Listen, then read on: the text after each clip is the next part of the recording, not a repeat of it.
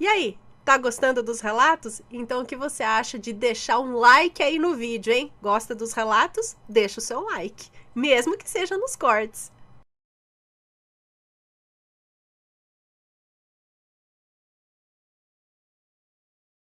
O relato de hoje, a inveja matou o meu padrasto. Credo, mais um de inveja. Mais a foto. Mais a foto? Então o Matheus falou que vai mais a foto também, ó. Fotinho de Natal aqui, nossa, vai autografada, tá? Uma fotinho de Natal junto com a Cruz de Caravaca e o livro da poderosa Cruz de Caravaca. Relato sobre inveja, sobre morte. Ai, credo. Vamos lá. A inveja matou o meu padrasto. Olá, Ana, me chamo fulana. A galera já aprendeu. Eu tenho 20 anos, moro em Vitória da Conquista, na Bahia. Eu tinha 17 anos, mas antes de chegar a essa idade, minha mãe morava com meu pai. Ela se casou muito nova por ter engravidado cedo do meu irmão mais velho. Mas meu pai era muito de saideira e de bebedeira. Chegava em casa quebrando tudo. Mas em um certo dia, minha mãe... tá trocado os nomes? Já não sei. Mas em um certo dia, minha mãe conheceu a pessoa que seria o meu padrasto. E vou chamá-lo de Levi. Então, não é esse o nome. Ele era um pouco mais velho. Tinha olhos verdes. Minha mãe logo se encantou, pois ele andava sempre sem camisa. Olha! Pois trabalhava em um torrador de café. Ela sempre ia lá para comprar café e ficava conversando com ele até que um dia ele cansou de ver minha mãe sofrendo com as bebedeiras do meu pai. E ele pediu para que ela morasse com ele. Ela, toda encantada, não pensou duas vezes e se separou do meu pai e saiu de casa sem pensar duas vezes, levando eu e meu irmão mais novo. Eu, na época, tinha entre 5 e 6 anos de idade e confesso que não gostei muito, mas logo ele foi conquistando todos, né? Porque ele era bem trabalhador e sempre a nossa mesa era farta. Os anos foram passando assim até que tudo mudou e ele começou a adoecer, apesar dele ter 3 filhos já casados, mas nenhum ia vê-lo, pelo fato de não gostarem da minha mãe. Um deles era um pouco mais próximo e se chamava fulano. Ele era casado, tinha 2 filhos, a mulher dele era mais... tinha 2 filhos, a mulher dele, que mais parecia o Satanás, ai meu Deus, fervia de ódio ao ver minha mãe. Meu padrasto adoeceu com muitas dores nas pernas e pontadas no peito. Levaram ele a vários médicos, mas diziam que ele não tinha nada. Mas havia sim minha mãe.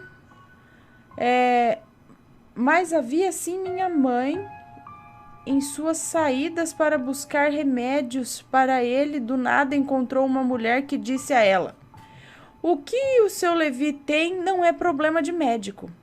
Você deve imediatamente levá-lo a outro lugar." Ela ficou com aquilo na cabeça e foi no lugar jogar cartas de tarô.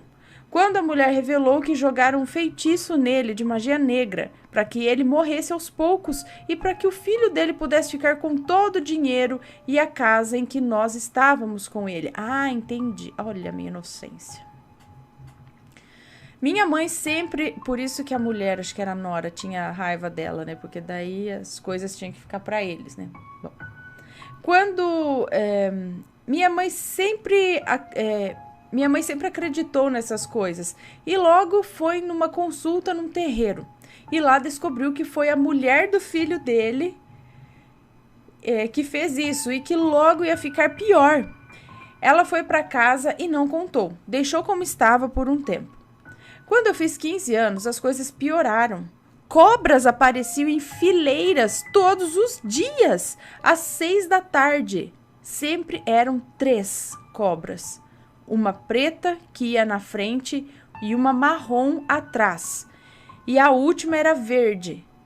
Eu ficava aterrorizada. Enquanto minha mãe matava as cobras, o meu padrasto gemia de dor na cama. E escorpiões choviam pelas paredes. Misericórdia! Cheguei a achar um debaixo do meu travesseiro, mas nenhum deles fez mal a gente. Credo. As noites eram perturbadoras, pois deitada em minha cama, o quarto não era muito escuro por conta da janela que tinha uma cortina fina. Sombras passavam pelas paredes e meu padrasto também via, e minha mãe também. Eu dormia numa beliche. Eu dormia numa beliche na parte de baixo e meu irmão mais novo na parte de cima. Ele era o único que não via nada. Cada noite era horrível, pois além das sombras na parede, se ouvia o arrastar de cadeiras na cozinha. Quando se ia ver, não era nada. Numa noite, minha mãe chamou a ambulância, pois meu padrasto estava passando mal. Ele estava passando mal mais uma vez, e lá ele ficou internado.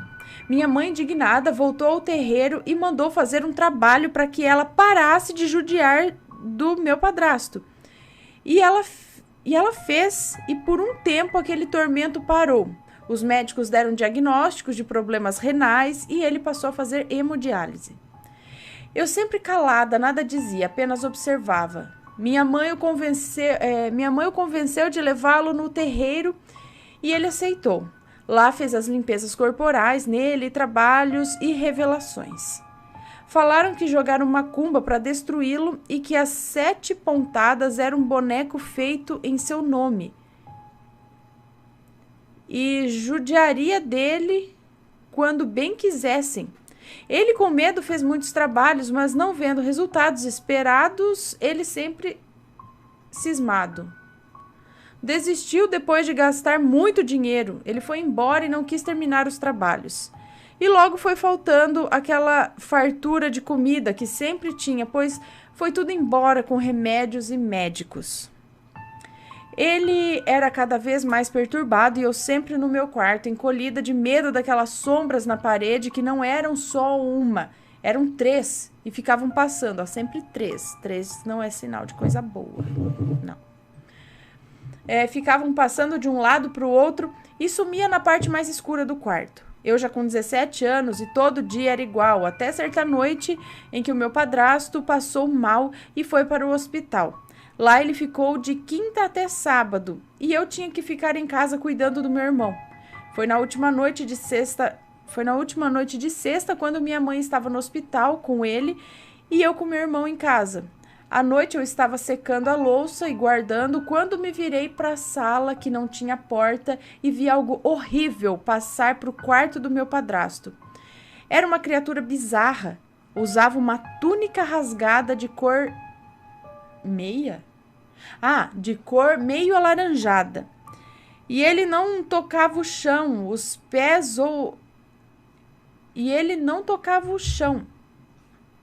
ou não tinha pés, eu não sei. Ele tinha uma pele cinza e poucos fios de cabelo na cabeça, que por sinal eram... Não tinha cabelo na cabeça e por sinal tinha que por sinal eram braços. Era muito horrível. A cabeça era braço? Bom, era muito horrível. Passou pro quarto aquela criatura. Passou direto, sem me olhar, e eu fiquei petrificada, porque se me olhasse, eu morreria ali mesmo do coração. E eu sabia que tinha visto, porque meu coração estava tão acelerado que queria sair do peito. Eu corri pro quarto, não sei da onde tirei coragem, mas não vi nada lá. Meu irmão estava no outro quarto, no computador. E eu perguntei se tinha sido ele que tinha passado para o quarto. E ele disse que não, e me olhou assustado. Perguntou por quê. E eu, para não assustá-lo, disse que não era por nada. Eu mal dormi aquela noite. Na manhã de sábado, minha mãe chegou do hospital para descansar e voltar. Mas o telefone tocou. Era do hospital, mandando ela imediatamente ir para lá. Ela pensou que era coisa boba, tipo assinar papelada, essas coisas. Chamou um táxi e foi. Mas no fundo eu sabia que não era nada bom. Meia hora depois meu celular toca e era minha mãe desesperada falando que o meu padrasto tinha morrido. Assim que ela terminou de dizer essas palavras, o telefone caiu da minha mão e eu sabia que o que eu tinha visto na noite anterior era a morte. Ou o que eu acho que seria, ou é o que eu acho, sei lá.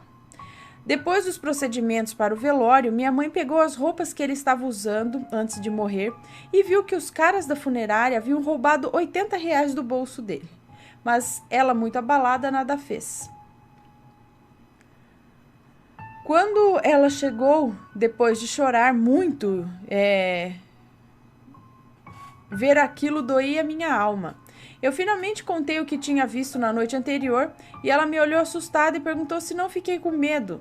Eu disse que um pouco e ela me abraçou e disse que tudo ficaria bem. Depois do velório, no final daquele sofrimento, quando o carro arrastou para levá-lo ao cemitério, um redemoinho invadiu toda a área onde estava o caixão, como se varresse e levasse algo embora. Minha mãe e eu não fomos no enterro, pois não aguentaria ver aquilo. Ele sofreu por dias depois do Ela sofreu por dias depois do enterro do meu padrasto. O cachorro que ele tinha apelidado de Jordélio morreu com a boca espumando verde 3 dias depois. Falaram que era o mal que era para pegar em mim ou na minha mãe, mas pegou no cachorro, pois nossos anjos da guarda eram fortes. Depois do falecimento do meu padrasto. Depois do falecimento do meu padrasto, eu tive várias crises de desmaio, mas eu não tinha nada, pois sou extremamente saudável. Mas logo essas crises sumiram do nada. Não vi mais as sombras depois da morte dele, nem nada mais, seja lá o que fosse, foi junto com o caixão. Embora mulher, eu a vejo até hoje. E mesmo depois de 2 anos do falecimento dele, eu e minha mãe e meu irmão continuamos na mesma casa. Estamos aqui até hoje, mesmo depois de tudo se acalmando. Mas a casa nunca mais teve a alegria que ele trazia. Sinto muita falta dele, pois ele foi um pai que meu pai de sangue nunca foi. A maldade e a inveja daquela mulher o fez partir desse mundo após sofrer tanto. Eu tenho esse relato como uma mensagem.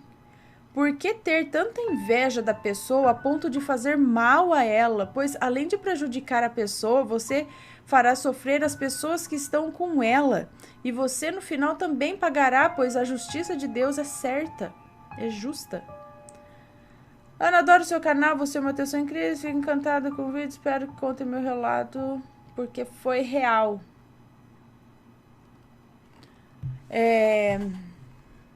Mais um relato de inveja, não é mesmo? Quem fez? Mulher. Vocês já repararam? Acho que 99% dos relatos que eu li aqui a respeito de inveja, de que faz as coisas pros outros, é mulher que faz. Repare nisso. Cuidado com mulher, gente. Vai lá e é pra fazer mal, que é pra matar a pessoa.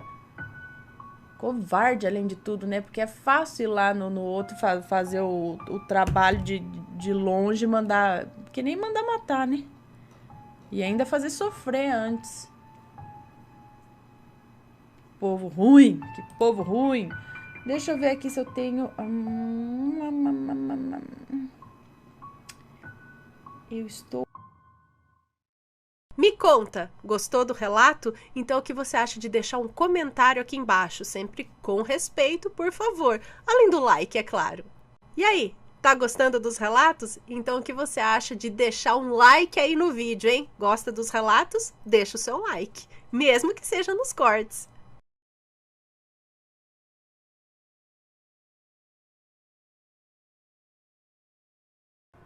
Vamos ler mais um relato.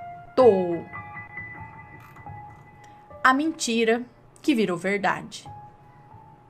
Que será? Que será? Os nomes já estão trocados. Oi, Ana, meu nome é fulana, tenho 20 anos e moro em uma cidade pequena do Nordeste. Meus familiares me contam que quando eu era mais nova, eu via coisas que os outros não viam, principalmente aparições de crianças. Mas quando eu completei 5 anos, eu parei de ver e segui a minha vida normalmente. Sempre gostei de ficar na casa dos meus avós. Passava mais tempo lá do que em casa.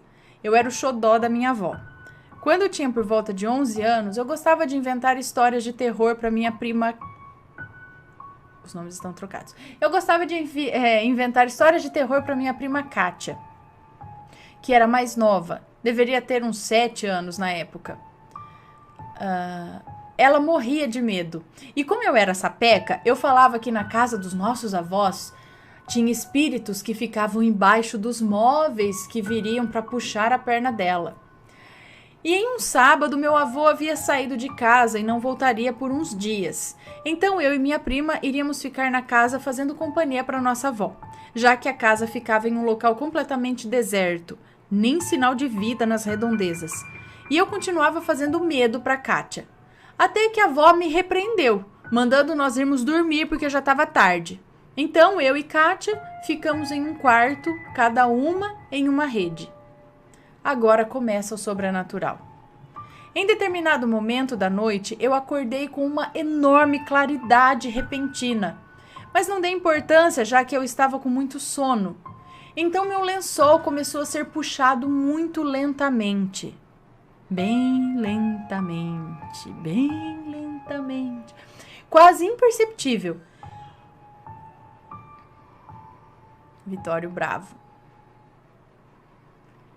E em um sussurro um sussurro sinistro começou a chamar meu nome bem suavemente. Fulana, fulana, fulana. O último foi bem arrastado. Fulana. A princípio eu pensei que fosse a Kátia tentando se vingar, mas quando eu me virei para olhá-la, ela estava em um sono profundo. Eu olhei para a parede e vi uma listra de luz muito forte. Sua claridade era de cegar, mas eu não sabia de onde vinha, pois a casa estava com todas as lâmpadas desligadas. Não poderia ser de nada do lado de fora, pois não havia casas próximas e nem postes de luz. Aquela luz vinha da parede. Meus pés ficaram frios. Comecei a sentir um medo que nunca havia sentido na vida, e o sussurro continuava com mais frequência. Fulana, fulana, fulana. Depois do que parecia ter sido uma eternidade, o sussurro cessou. Quando eu estava quase dormindo, eu escutei a Kátia falar. Para, fulana, isso não tem graça. Você tá me assustando. Eu me virei para o lado onde a rede dela estava e perguntei o que ela estava falando. E ela falou, para de puxar meu lençol e de sussurrar meu nome, isso não tem mais graça. Eu falei, peraí, eu me virei pro lado onde a rede dela estava e perguntei o que ela estava falando. Sei lá, e falou, pare de puxar meu lençol e de sussurrar meu nome, isso não tem mais graça. Aí eu já não sabia mais o que sentir, pois eu não havia feito nada daquilo. Ela também passou por isso. E o que ela escutou foi o mesmo que eu escutei. A diferença era que dessa vez era com o nome dela. Olhei para a parede e o que antes era só uma fina linha de luz, agora estava aumentando o tamanho. Eu e a Kátia ficamos no chão, uma abraçada à outra, ambas morrendo de medo. E os sussurros continuavam. A noite parecia que nunca ia ter fim. Quando fomos dormir, já estava amanhecendo o dia, e a nossa avó nos chamou para tomar o café. Nossa avó não tinha visto nenhum clarão de luz, então decidimos manter tudo em segredo, para não assustar nossa avó. O tempo passou e toda vez que eu ia lavar a louça, eu sentia que tinha alguma coisa abraçando as minhas pernas por debaixo da pia. Ou até mesmo me sentar à mesa para comer, eu sentia alguma coisa arranhando as minhas pernas. Isso durou dias, mas eu não contei para ninguém, pois eu não queria mais assustar a Kátia, pois aparentemente só eu que sentia essas coisas. Até que chegou o dia que meu avô voltou e eu pude finalmente sair daquela casa. Nunca mais eu contei histórias de terror para ninguém depois daquele dia. A minha avó já havia me falado que naquela casa sempre tinha coisas sem explicação que aconteciam, porém já fazia muito tempo que não se manifestavam. Quando eu contei histórias de terror para assustar a minha prima mais nova, a brincadeira despertou alguma coisa por lá. Porque as minhas brincadeiras eram pesadas, do tipo que fazia qualquer criança chorar. Mas eu aprendi a lição. Detalhe, toda vez que eu tenho um sonho assustador, o cenário do meu pesadelo é a casa dos meus avós. E isso continua até hoje. Obrigada pela atenção, espero que meu relato seja contado e que alguém nos comentários fale se já aconteceu alguma coisa parecida com eles, sobre uma mentira que virou verdade.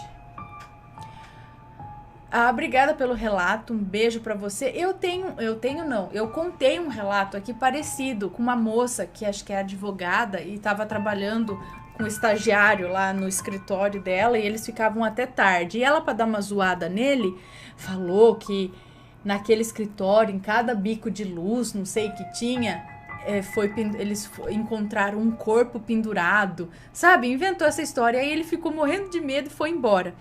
E ela ficou lá rindo disso, que ele ficou com medo. Ela inventou essa história do nada.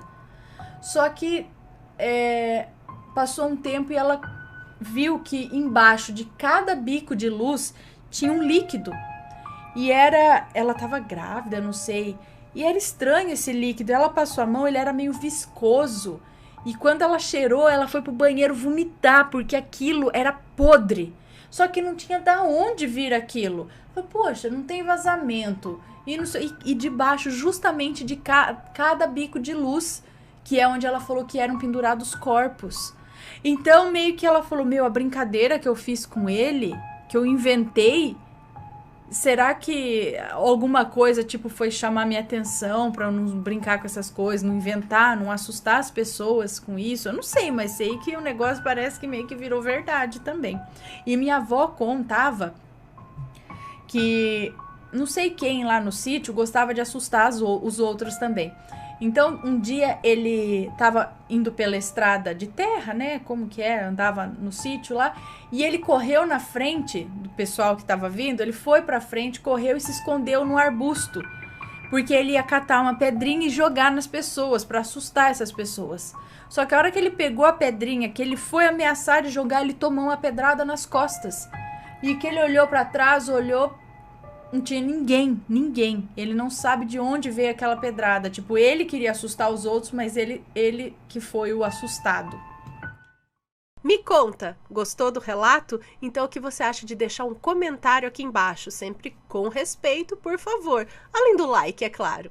E aí, tá gostando dos relatos? Então o que você acha de deixar um like aí no vídeo, hein? Gosta dos relatos? Deixa o seu like, mesmo que seja nos cortes.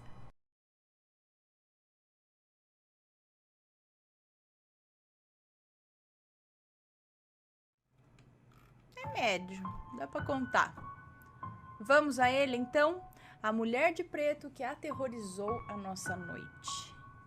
Olá, Ana, tudo bem? Meu nome é Fulano, sou de Fortaleza, no Ceará, e acompanho o canal desde 2016. E confesso que não era muito fã dos relatos, até dezembro do ano passado. Esse é meu primeiro relato e hoje vou contar um que aconteceu em dezembro de 2018. Comigo e com a minha esposa. Mas antes eu tenho que explicar o contexto. Pode ficar tranquila, se tiver nomes estarão alterados, o relato é 100% real. Fulana, a minha esposa, sempre teve uma sensibilidade espiritual muito elevada. Sempre via espíritos e por muitas vezes não sabia se eram pessoas de verdade ou espíritos do mundo espiritual. Eu, por outro lado, não tenho nenhuma sensibilidade e tenho muito medo de fantasmas e aparições. Apesar de gostar muito de filmes de terror, de OVNIs e de mistérios desde os 10 anos de idade. Ela, desde criança, sempre teve contato com o sobrenatural e tinha uma tia que incorporava várias entidades. Isso fica para outros relatos. Ela me conta que sentia uma dor de cabeça sempre que essa tia estava perto de incorporar. Há 10 anos ela foi batizada na mesma religião que sou, desde que nasci. Somos cristãos e ainda assim essas manifestações não cessaram, mas diminuíram. Enfim, vamos ao relato. Em dezembro de 2018, nos mudamos às pressas para uma casa, pois o contrato do apartamento em que morávamos estava acabando e eu ainda não tinha encontrado um local até uma semana antes de terminar o contrato. Então encontrei essa casa, que é só na parte de cima, e junto a essa casa tem mais 3. A nossa era a última. Logo de cara, fulana não gostou da casa. Mas era o jeito, pois não tínhamos mais tempo e nem onde ficar. Então os dias se passaram e, como as paredes eram finas, escutávamos tudo o que acontecia do outro lado. Logo descobrimos que a vizinha era amante de um cara e que ele parecia ser bem perigoso. Ele era casado e tinha outra amante além da nossa vizinha.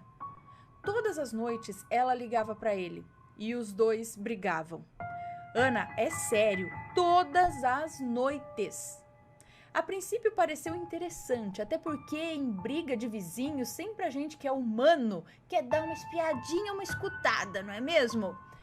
Mas aí que as coisas pioraram, pois ela discutia com ele e aparentemente ele batia nela e a humilhava constantemente. Não deixava ela trabalhar e ainda por cima nem sair de casa. As brigas se intensificavam e se acalmavam. E era nesse ritmo. Nós não podíamos fazer nada. Primeiro que não conhecíamos ninguém de lá e depois porque não tínhamos provas. De vez em quando, o filho dela chorava com essas brigas e nós não entendíamos como ela suportava isso. Eu já ligava para a polícia, já mandava baixar ali pelo menos para ver o que está acontecendo. Brigas vão, brigas vêm e certo dia, ao chegar da faculdade, coloquei os relatos para poder cozinhar. A fulana viu e falou que não era bom eu escutar, pois isso poderia chamar coisas ruins para dentro de casa. Hoje ela é viciada em relatos. Passa o dia costurando e ouvindo vocês. Que eu falar, se isso fosse ruim aqui em casa, então, filha, fazia a fila na porta de espírito. Falou, coisa ruim, bateram aqui, mais uma aqui. Imagina, se você escutando, imagina nós todo dia aqui tá lendo relato, contando relato, falando relato, fazendo matéria, não sei o que lá. Ia ter fila. Fala, peraí, pegue senha pra entrar aqui. Não, agora voltando ao relato. Enfim, hoje ela é viciada nos relatos. Passa o dia costurando e ouvindo. Bom, eu não liguei e continuei escutando os relatos. E depois de jantarmos e conversarmos um pouco, fomos dormir. Eu tenho sono pesado e no meio da madrugada a fulana me sacode e me acorda dizendo que não está se sentindo bem, que estava sentindo uma pressão na cabeça e me pediu uma bênção. Eu me levantei meio sonolento e proferi uma bênção com as mãos na cabeça dela, pois em nossa religião, os homens têm o poder de usar o sacerdócio para abençoar o lar e a família. Depois da bênção, voltei a dormir. Mas em pouco tempo, ela me acorda e aponta para o canto da parede e diz: tem uma mulher ali. Ora para ela sair daqui. Ela, posteriormente, me descreveu que essa mulher estava com um vestido preto e vermelho, de época, com renda nos punhos e que parecia sujo e esfarrapado. E tinha os cabelos longos até perto do bumbum. Ela estava de cócoras, é isso? Que sinistro. Ela estava de cócoras e os olhos eram totalmente negros. Dela emanava uma energia tão pesada que a minha esposa se sentiu extremamente aterrorizada. E eu não via nada, mas ela apontava e dizia alarmada: tem uma mulher bem ali e eu tô vendo. E daí eu fiz uma oração, pedi para Deus para que o que estivesse de ruim ali saísse imediatamente, mas nada aconteceu aparentemente. Fulana continuou apontando e disse que a mulher não tinha saído. Nessa hora minha esposa começou a gritar e dizer: ela está se aproximando! E apontava de um lado para o outro, desesperada, como se a mulher estivesse se teletransportando de um lado para o outro. Ana, ela se agarrava em mim como se estivesse fugindo de alguma coisa aterradora. Ela ia mais e mais para o canto da cama e eu não via nada. Mas mesmo assim eu não tive medo. Eu não sei porquê, mas eu não estava com medo. Nessa hora eu fiquei na frente dela para protegê-la e comecei a cantar hinos da igreja. E depois de um bom tempo, ela foi se acalmando e dizendo que a mulher estava se afastando. Eu fiquei mais de 1 hora cantando e depois em pensamento orando até a minha esposa pegar no sono. Depois de mais de 1 hora, eu dormi e tive paralisia do sono, mas ainda assim eu não vi nada. Acreditamos que essas brigas e confusões da vizinha possam ter acarretado isso, pois a minha esposa me disse que o clima da casa era demasiado pesado quando entrou e que nessa mesma noite ela tinha orado para que a vizinha ficasse bem. Depois do ocorrido, mudamos de casa imediatamente, sem nem olhar para trás nas outras casas. Sem nem olhar para trás nas outras casas. Sem nem olhar para trás. Nas outras casas, o povo também se mudou. E a coitada da vizinha ficou lá sozinha. Será que aquela mulher estava indo para a casa da nossa vizinha? Será que o clima na casa da vizinha acarretou essa aparição? O que você acha, Ana? Então é isso, Ana. Espero que tenha gostado. Me desculpa pelo relato estar um pouco longo, mas eu precisava colocar todos os fatos para poder contá-lo. Temos mais relatos que posteriormente irei mandar. Somos muito fãs do canal. Um abraço para você, para o Matheus e para as crianças. Muito obrigada, um beijo para vocês.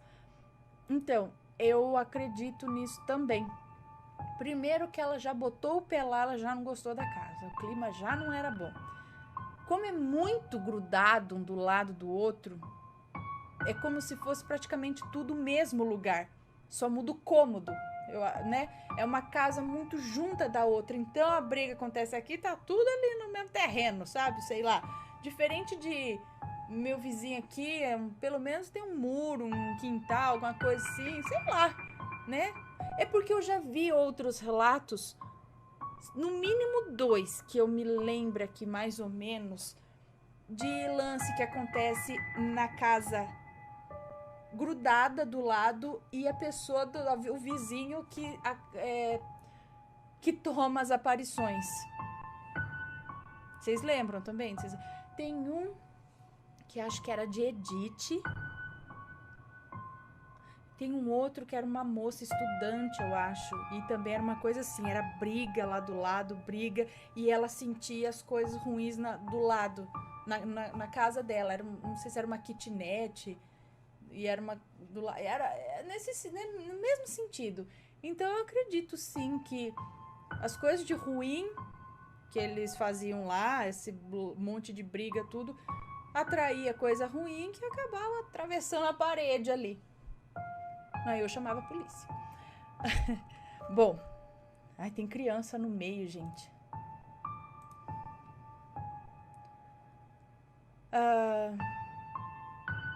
Mas muito interessante. Imagina você ver a mulher assim. Imagina a cena, uma mulher com vestido preto, vermelho de época, com o olho todo preto, de cócoras no canto do quarto, que de repente a mulher aparece aqui, vai chegando. Louco! E se saber que você não pode dar nenhum soquinho nela, que é fantasma mesmo. Tem que fazer oração. Daí é com oração, aí você tem que combater. Não é físico, não dá pra dar uma marretada. Então você tem que fazer oração, porque é no espiritual. Foi o que ele conseguiu. Pelo menos depois disso, mais conseguiu. Mais relatos. Deixa eu ver aqui. Me conta, gostou do relato? Então o que você acha de deixar um comentário aqui embaixo? Sempre com respeito, por favor. Além do like, é claro. E aí, tá gostando dos relatos? Então o que você acha de deixar um like aí no vídeo, hein? Gosta dos relatos? Deixa o seu like, mesmo que seja nos cortes.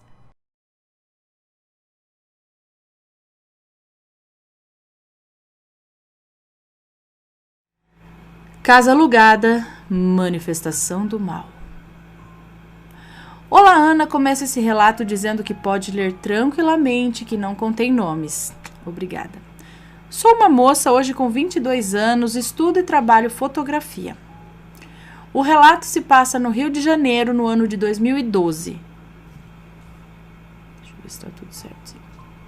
Eu e minha família tínhamos nos mudado de um bairro mais rural do interior da cidade para um bairro mais movimentado. Com isso, alugamos um sobrado.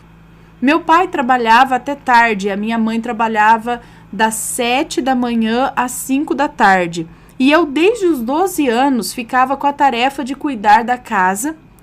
E então já estava acostumada, né? Chegava da escola e já ia fazer as coisas, às vezes cozinhar, às vezes lavar roupa ou os serviços de casa em geral. A casa não tinha nada de estranho, exceto o banheiro, que era escuro e de azulejo preto, janela muito pequena, mas mesmo assim me sentia bem no início. Eu tinha de 14 para 15 anos e não tinha motivos para ter medo de ficar sozinha. Ao lado desse banheiro citado acima, existia a porta da área de serviço, uma porta de vidro transparente. Pois bem, é nessa área que começa o sobrenatural.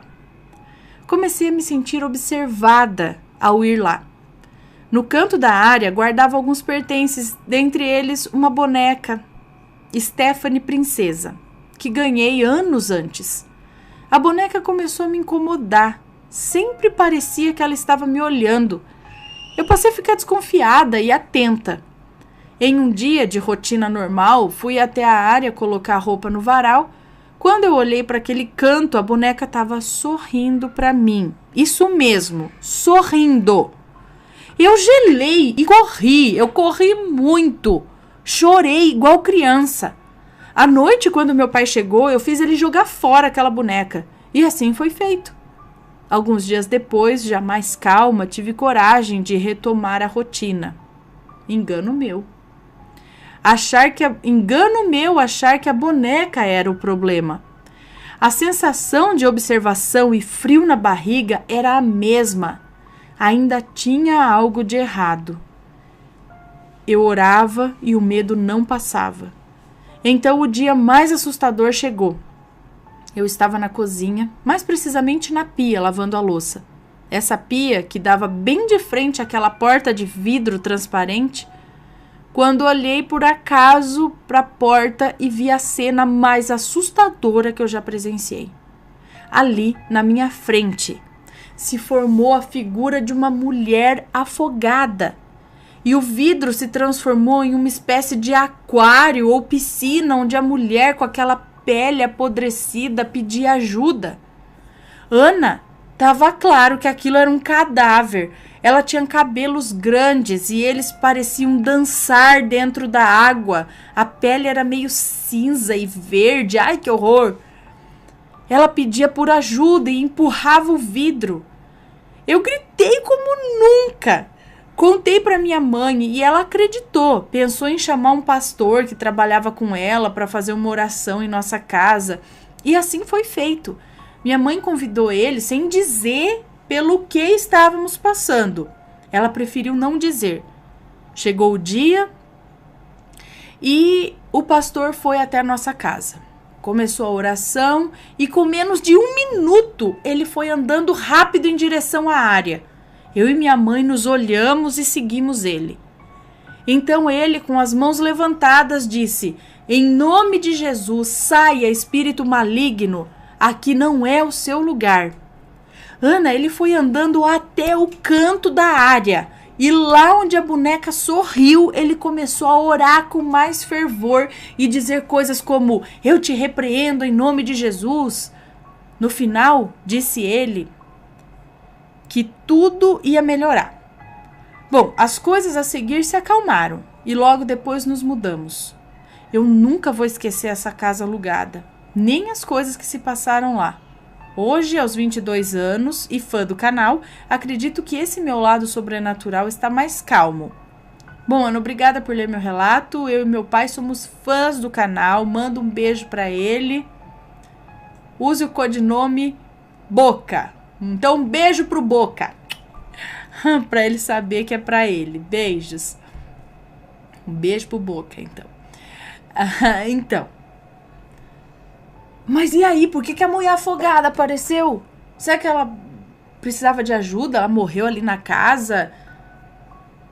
Porque se o espírito vai aparecer para assustar, por que ele pede ajuda? Por que ele aparece daquela forma? Podia aparecer como um bicho ali na janela, um outro jeito, mas dá a visão de uma mulher afogada pedindo ajuda?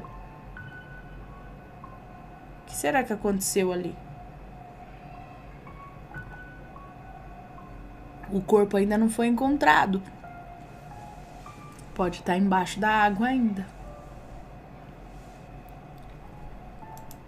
Bom, mas isso aconteceu quando você tinha 15 anos. Agora você tem 22, né? Então, será que tem alguma coisa ainda lá? Deixa eu anotar aqui. Me conta, gostou do relato? Então o que você acha de deixar um comentário aqui embaixo, sempre com respeito, por favor. Além do like, é claro.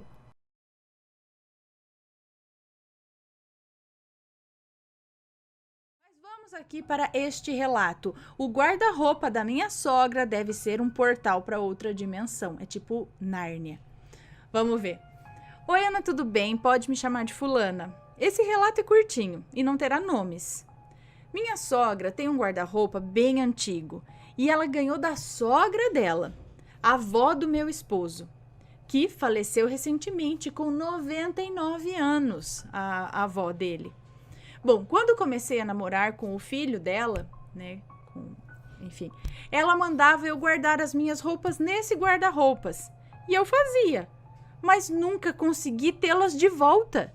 Já coloquei uma camisa do The Walking Dead lá dentro e sumiu. Coloquei a camisa do Estranho Mundo de Jack e também sumiu. Meu esposo, que na época era meu namorado, havia colocado a camisa da Argentina dele e também sumiu. Colocou uma camiseta regata azul que eu tinha lhe dado de presente e ela simplesmente sumiu também. Sem falar nas demais coisas que ela mesma, minha sogra mesma, colocava lá e sumia. Eu já tentei descobrir se não era alguém que estava pegando sem avisar, mas na casa dela só mora ela, o neto e o meu sogro. Uma vez ela colocou a pasta com documentos na parte de cima do guarda-roupas e quando foi procurar, não estava mais lá.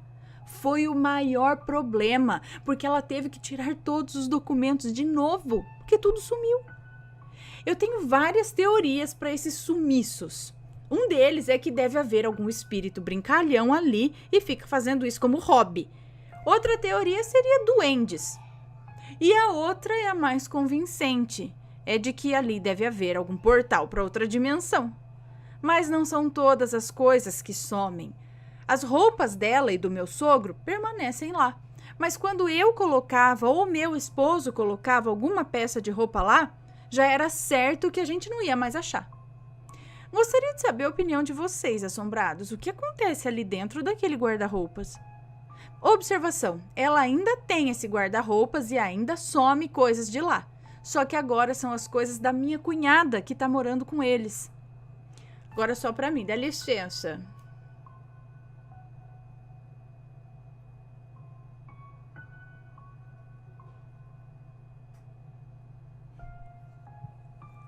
Ok. Então, primeiro eu realmente ia pensar se alguém não tá passando a mão nas roupas aí, não sei. Tem ninguém que é cleptomaníaco aí, não foi revelado ainda. Eu já ia começar nos testes. Câmera de segurança, coloca os objetos com câmera de segurança filmando na frente. Compra uma câmera dessas que é portátil mesmo, liga no celular. E bota aí, gente, sei lá, põe a câmera do notebook, deixa aberto na frente e vai olhando. Põe as coisas lá dentro e faz o teste. Pra ver se que tá fazendo sumir. Deixa assim um ambiente controlado. Tranca a porta do quarto, deixa a câmera filmando. Toda vez que você sair, você tranca a porta do quarto. Fala que você tá fazendo teste. Não deixa a chave com ninguém. E quero ver se some ou não some. Quer dizer, seria melhor não falar nada, mas tem que trancar a porta do quarto. Tem que fazer umas coisas simples, gente, pra descobrir se é alguém que tá pegando. Se o negócio tá sumindo dentro do guarda-roupa. Por quê? Existem lugares que é mais fácil dessas coisas sumirem. Existem alguns guarda-roupas que levam as coisas, ou são espíritos, ou sei lá o que é, gente. Por que tem umas coisas que somem mais do que outras, lugares que somem mais do que outros? Eu não sei. Mas eu faria este teste com câmera, ambiente controlado e ver o que acontece, tá? Se ainda assim sumir, aí você começa a fazer uma oração, fazer alguma coisa, fala, dá licença, essas minhas coisas, né? Quer levar? Leva, mas devolve, por favor. Pode ser embaixo da cama mesmo, pode, mas devolve, né? Eu gosto dessa camiseta, não é? Ou se alguém achou alguma camiseta, ó, se apareceu no guarda-roupa de alguém a camiseta do Estranho Mundo de Jack, do The Walking Dead, uma regata azul, uma camiseta da Argentina, uma pasta de documentos, se apareceu na casa de alguém, você não sabe de quem é dela, tá? Achados e perdidos de Sete Além. Mas, gente, é verdade, porque tem os lugares que aparecem coisas que eu falo, gente, de quem que é esse short que tá no meu guarda-roupa? E tem os que somem. Tem, simplesmente tem.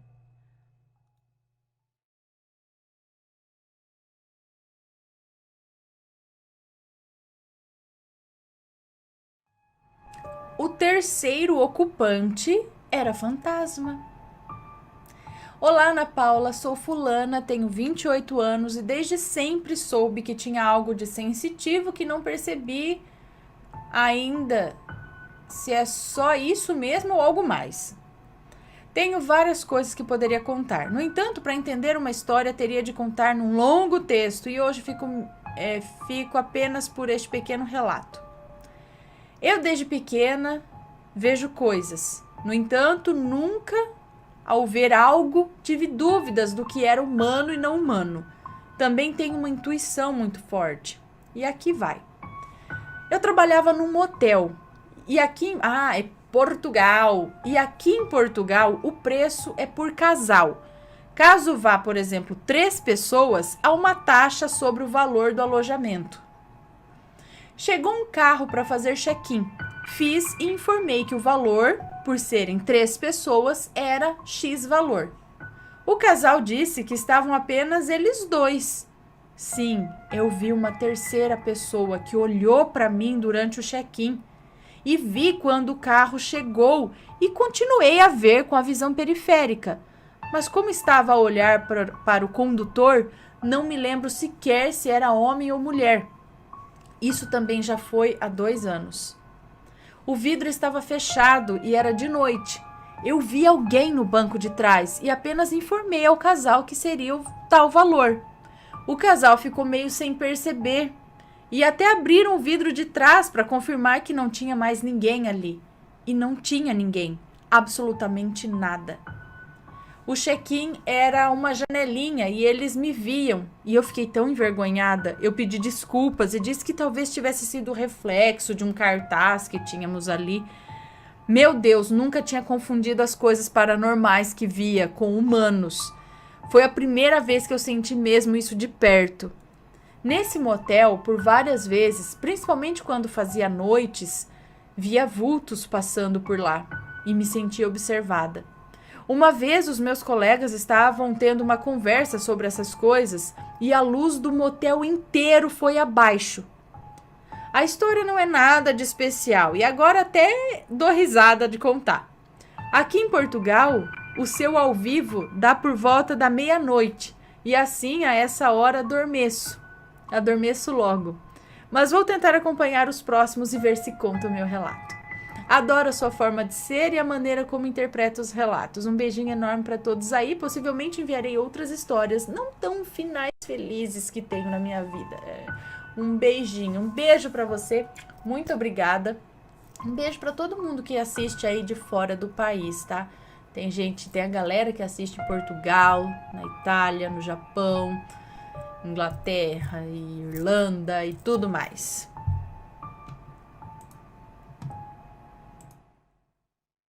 E aí, tá gostando dos relatos? Então o que você acha de deixar um like aí no vídeo, hein? Gosta dos relatos? Deixa o seu like, mesmo que seja nos cortes.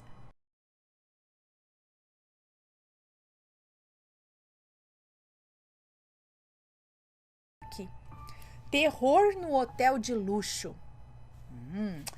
Oi, Aninha, Matheus e família assombrada. Cá estou eu de novo, o rapaz do relato A Entidade Fofoqueira. Dessa vez não vim contar algo que aconteceu comigo, mas algo que ocorreu com uma amiga em nosso local de trabalho. Por pouco não aconteceu comigo também, porque era para eu estar lá. Pode ler tranquila, pois todos os nomes já estão trocados, até porque se o meu chefe descobre, ele me mata. Como eu disse, o relato ocorreu no lugar onde eu trabalho e felizmente eu tinha me dado folga nesse dia. Irei, a partir de agora, narrar os fatos da mesma forma que me foram descritos. Assombrados. Em uma cidade próxima a uma das maiores metrópoles de nosso país, Existe um complexo hoteleiro composto por 3 hotéis. Um de categoria econômica, um mediano e outro de luxo, um apart hotel. Os 3 hotéis ficam um ao lado do outro e possuem os mesmos funcionários. Por exemplo, tem um gerente só para as 3 unidades.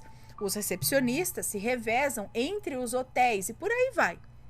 É uma correria danada, mas a gente aguenta, pois precisamos pagar os nossos boletos, não é mesmo? Era uma fria manhã de domingo quando a recepcionista Bruna, grávida de 4 meses, estava sozinha na recepção do Apart Hotel. Esse hotel é o mais parado, porque ele é o mais caro. Devido a casamentos que estavam ocorrendo nos sítios da região, os 2 hotéis mais baratos estavam lotados, cheios de famílias do interior e de outros estados. Até mesmo a subgerente Paola estava trabalhando nesse dia devido à alta ocupação. Vou contar um segredo do mundo da hotelaria aqui. Normalmente, nesses grandes hotéis de rede, chefias e gerentes não trabalham aos finais de semana e feriados. Por conta do movimento, todas as atenções estavam voltadas aos 2 hotéis mais econômicos e a paz parecia reinar no Apart Hotel. Até que em certo momento daquela manhã, um homem que não tinha reserva entrou na recepção e pediu um apartamento que tivesse varanda. Minha amiga Bruna, recepcionista, já não gostou dele naquele primeiro contato. Ela conta que ele olhava para ela com certa malícia e que ele não parecia estar ali por acaso. Essa recepcionista, ela é muito sensível. Ela sentiu algo maligno ali e ficou até arrepiada. Mas a Bruna é muito simpática e, mesmo se sentindo incomodada, ofereceu o melhor quarto a ele. É um apartamento que fica no 15º andar e possui 2 varandas, além de uma bela vista para a cidade. Apesar de não ter gostado do jeito do rapaz, a Bruna fez um excelente atendimento. Afinal, tratamos todos os hóspedes igualmente, sem distinção de gênero, cor, classe social ou por termos tido uma péssima primeira impressão. O sombrio hóspede, que aqui vou chamar de Wagner, pagou o valor da diária e subiu para o seu apartamento.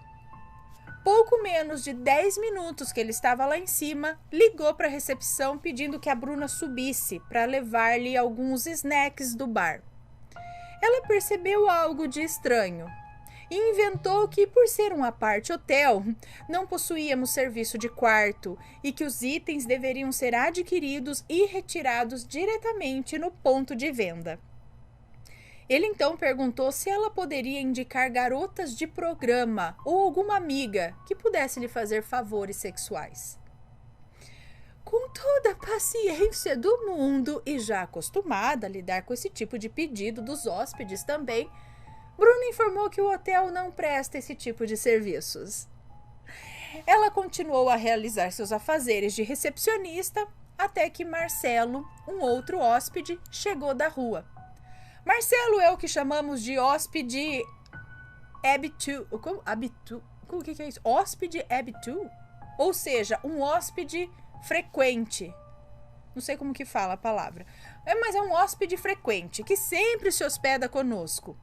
Ele cumprimentou a Bruna e subiu para o seu apartamento. Não imaginava os momentos de terror que estava prestes a viver. Ao sair do elevador, no 15º andar, foi surpreendido por Wagner, que brutalmente lhe desferiu um golpe. Desorientado, Marcelo cambaleou até que Wagner o segurou pelo pescoço e disse com uma voz grossa e macabra: "Me desculpe, mas eu vou ter que te matar." Marcelo começou a lutar com Wagner. Em um momento de descuido de seu agressor, Marcelo conseguiu correr e bater a porta do quarto de seu amigo. Ele conseguiu correr e bater na porta do quarto do seu amigo, pedindo socorro. E o Wagner falava: "Eu preciso matar alguém hoje, senão eu vou ter que me matar." Ele afirmava que um demônio estava ordenando a ele que fizesse isso. O amigo de Marcelo, ao sair do quarto e perceber a situação, entrou na luta, mesmo sem entender nada. Outros hóspedes começaram a aparecer e foi aí que Wagner correu, conseguindo trancar-se em seu quarto. Como ali na região existem muitas empresas multinacionais, principalmente automobilísticas, é normal que elas mandem seus funcionários para o aparte. Por isso, ele sabia exatamente onde bater para pedir ajuda. Sabia que seu colega estava lá. Coitado, né? Marcelo estava no dia errado, no lugar errado e na hora errada. Marcelo e seu amigo desceram imediatamente para a recepção do hotel e informaram o ocorrido. A subgerente Paola, que estava no hotel ao lado, foi acionada por Bruna e a polícia também. Não demorou muito para que os policiais chegassem e subissem junto com Paola até o quarto de Wagner, com a chave mestra. Para subir até o quarto de Wagner. E com a chave mestra, ela abriu a porta. Surpreendentemente, Wagner estava calmo, como se nada tivesse acontecido, calçando seus sapatos, e ele disse: eu falhei na minha missão. Afastando-se dos policiais em direção à varanda. Foi nesse momento que ele saltou. Obviamente, veio a falecer na mesma hora. O hotel fica em frente a um shopping na cidade e ao lado da prefeitura, então é uma região bem movimentada. Vocês podem imaginar o alvoroço, né? Ana, eu fiquei muito chocado com tudo o que aconteceu, mas extremamente aliviado por ele não ter machucado nenhum colega de trabalho meu. Já pensou se ele encontra uma camareira no corredor? Ou se a Bruna sobe para o apartamento para levar os snacks? Ainda bem que ela foi esperta e sentiu, né? Poderia ter sido com ela, mulher grávida. O fato é que Wagner, por conta daquela influência maligna, estava decidido a encontrar alguém para eliminar. Penso que o Marcelo, Bruna e os demais funcionários do hotel tiveram um grande livramento, pois poderia ter sido muito pior.